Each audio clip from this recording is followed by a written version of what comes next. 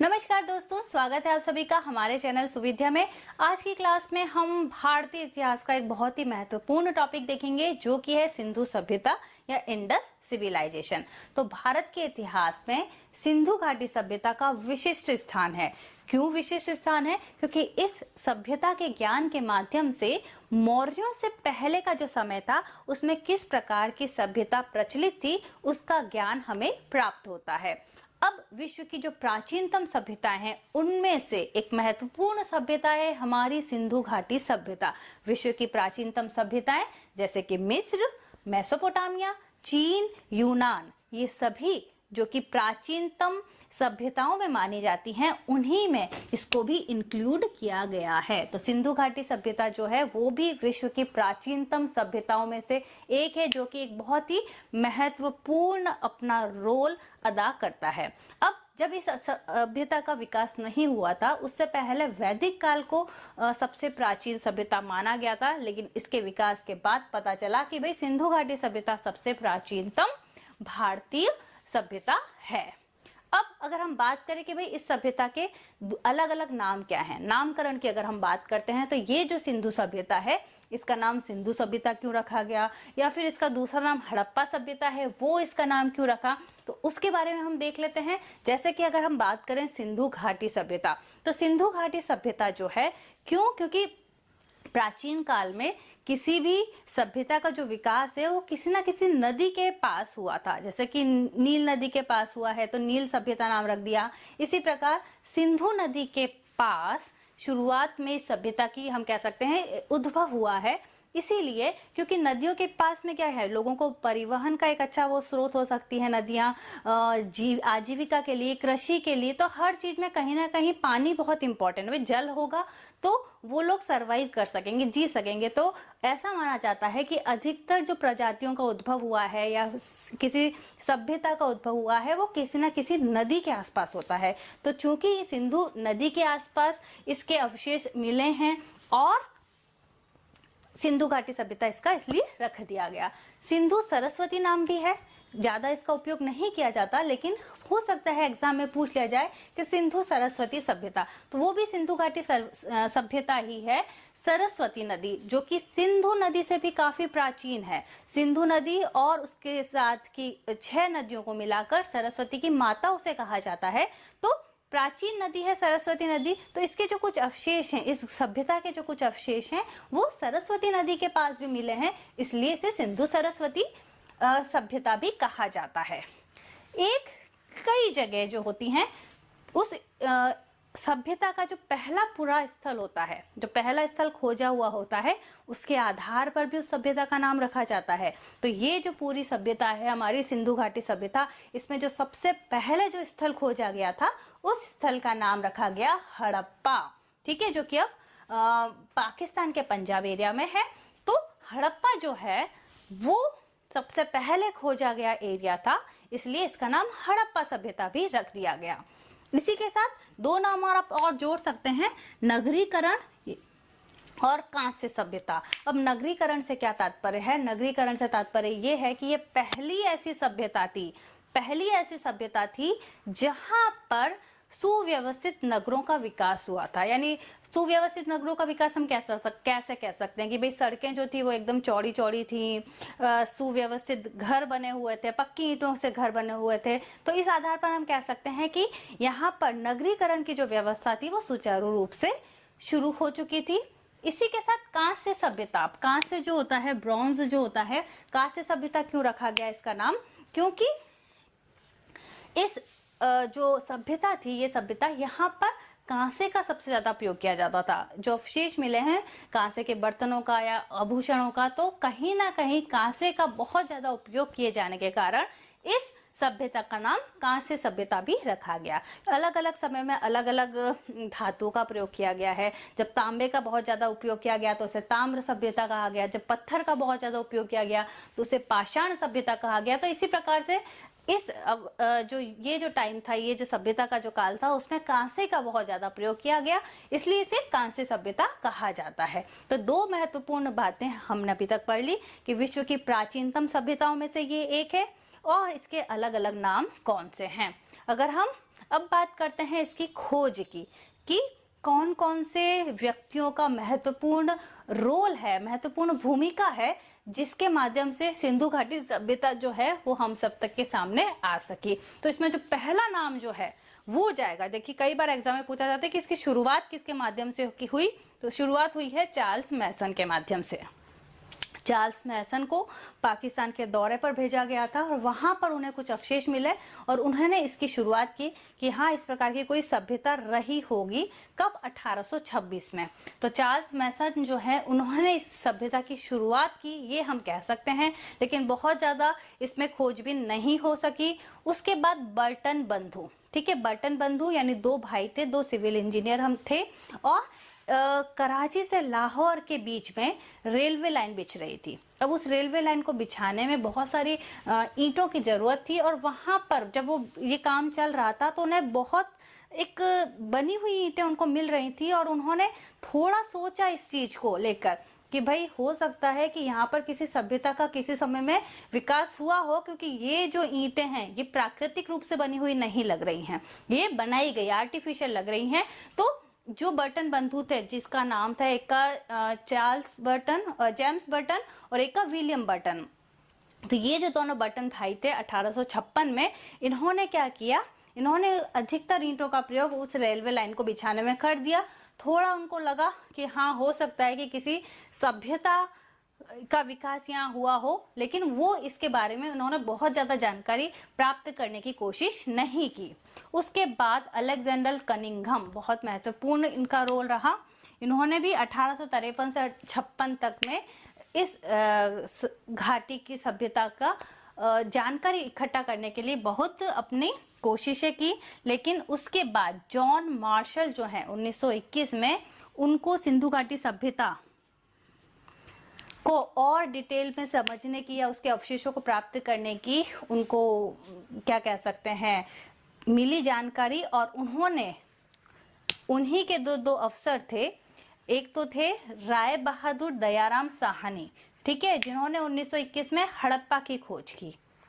याद रखिएगा 1921 में हड़प्पा की खोज दयाराम साहनी के माध्यम से हुई, और राखालदास बनर्जी 1922 में इन्होंने की मोहनजोदड़ो की खोज। तो ये दो महत्वपूर्ण खोज जो है वो जॉन मार्शल के सानिध्य में या उनके अंडर में की गई। जॉन मार्शल बहुत इंपॉर्टेंट नाम, याद रखिएगा।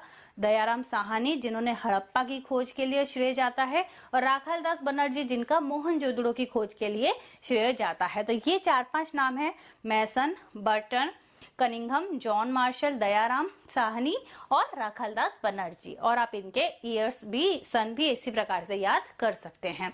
अब अगर हम बात करते हैं कि भाई ये सभ्यता का उद्भव कब हुआ होगा और पतन कब हुआ होगा, मतलब ये टाइम पीरियड क्या रहा होगा, तो काल की अगर हम बात करते हैं, समय की बात करते हैं, तो जनरली अगर हम एनसीईआरटी के हिसाब से चलते हैं, जहां पर मुख्यतः इसका जो टाइम पीरियड है वो माना गया है 2500 ईसा पूर्व से 1750 ईसा पूर्व, ठीक है ना, 2500 ईसा पूर्व से बिफोर क्राइस्ट 1750। लेकिन कुछ अलग अलग पुरातत्ववेदी हैं, उन्होंने इसकी जो टाइमिंग है वो अलग अलग बताई है। जैसे कि हम देखें मार्शल के अनुसार, ठीक है, सर जॉन मार्शल, यही वाले मार्शल हैं, इनके हिसाब से जो समय पीरियड है वो है 3250 से 2750 बिफोर क्राइस्ट बीसी, ठीक है। तो 3250 से 2750 ईसा पूर्व का समय जॉन मार्शल के द्वारा बताया गया। इसी प्रकार व्हीलर जो थे उन्होंने बताया 2500 ईसा पूर्व से 1500 ईसा पूर्व का जो समय है, 2500 ईसा पूर्व से 1500 ईसा पूर्व का जो समय था वो सिंधु घाटी सभ्यता का उसमें उदय और पतन हुआ है।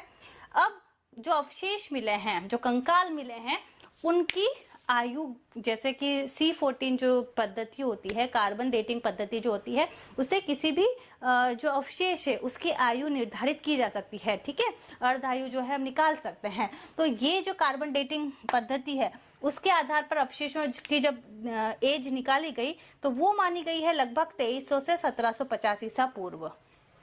इसी के साथ अभी जो नवीन उत्खनन और अनुसंधान हुए हैं उनके आधार पर अवशेषों के ओर जानकर बताया गया है कि लगभग 5000 से 3000 ईसा पूर्व का जो समय है वो किसका है, सिंधु घाटी सभ्यता का माना जाता है। तो 3 महत्वपूर्ण बातें हमने देख ली कि कौन कौन सी प्राचीनतम सभ्यताओं के समान है हमारी सिंधु घाटी सभ्यता, इसके दूसरे नाम क्या क्या हैं, इसके खोज में किन किन व्यक्तियों की अहम भूमिका थी और इसका काल कौन कौन सा है। तो 4 इंपॉर्टेंट चीजें हमने देख ली। इसी के साथ अगर हम बात करते हैं कि ये कितना फैला हुआ है, ठीक है, अगर हम बात करते हैं कि ये सिंधु घाटी सभ्यता के कितना फैला हुआ है, तो 12,99,600 वर्ग किलोमीटर तक का जो एरिया है उसमें सिंधु घाटी सभ्यता का विकास हुआ था। लगभग हम कह सकते हैं 13 लाख वर्ग किलोमीटर एरिया। अब इसका जो विस्तार है वो कौन कौन से, भाई उत्तर के पूरा स्थल कौन सा है, दक्षिण का पूरा स्थल, पूर्व का और पश्चिम का मुख्य पूरा स्थल की अगर हम बात करते हैं तो उत्तर में चेनाब नदी के पास जो मांडा है वहां तक इसका इस पूरा स्थल थे। दक्षिण पूरा स्थल की बात करें तो महाराष्ट्र का दैमामाद। अगर हम बात करते हैं पूर्व की तो बलूचिस्तान में मकरान तट पर सुतकांगेंडर, और अगर हम बात करते हैं पूर्व की तो आलमगीरपुर, ठीक है। तो ये मेरठ के पास का एरिया है। तो ये विस्तार जो है किसका है, सिंधु सभ्यता का विस्तार, जो कि लगभग 13 लाख वर्ग किलोमीटर तक फैला था। उत्तर में, दक्षिण में, पूर्व में, पश्चिम में कितना फैला हुआ था यहाँ पर मैंने आपको क्लियर बता दिया है। अब 4 प्रजातियां मुख्य रूप से यहाँ पर पाई जाती थी, ऐसा माना जाता है। इसका मतलब क्या है कि मिश्रित प्रजातियां यहाँ पर पाई जाती थी। मिश्रित प्रजातियों में से मुख्य थी प्रोटो ऑस्ट्रेलाइड, ठीक है, ये प्रजातियां, भूमध्य सागरीय प्रजातियां अल्पाइन और मंगोलाइड। ये 4 मुख्य प्रजातियां जो थी वो इस सिंधु घाटी सभ्यता में मुख्य रूप से पाई गई हैं। अब यहाँ के जो निवासी थे उनको लेकर भी अलग अलग मत है। कुछ लोगों का मानना है कि ये यहाँ के निवासी द्रविड़ थे, कुछ का मानना है आर्य थे, कुछ का मानना है कि जो सुमेरियन थे वो यहाँ पर आकर बस गए, तो इनकी जो शुरुआत है वो सुमेरु से हुई है। लेकिन सुमेरियन और आर्य को बहुत ज्यादा मत नहीं मिले हैं। सबसे ज्यादा मत जो हैं ऐसा माना जाता है कि यहाँ के मुख्य निवासी मुख्य रूप से द्रविड़ को माना जाता है। तो ये एक महत्वपूर्ण बात हो गई।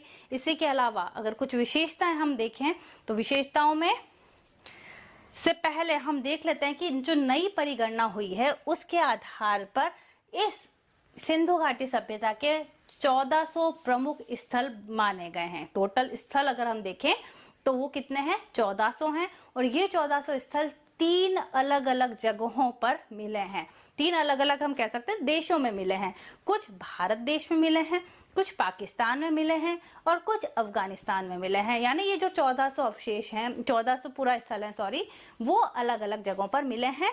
जैसे कि अगर हम बात करते हैं भारत में 917 हैं, 1400 में से 917, 481 पाकिस्तान में है और अफगानिस्तान में केवल 2 स्थल जो हैं वो मिले हैं अभी की नई गणना के अनुसार।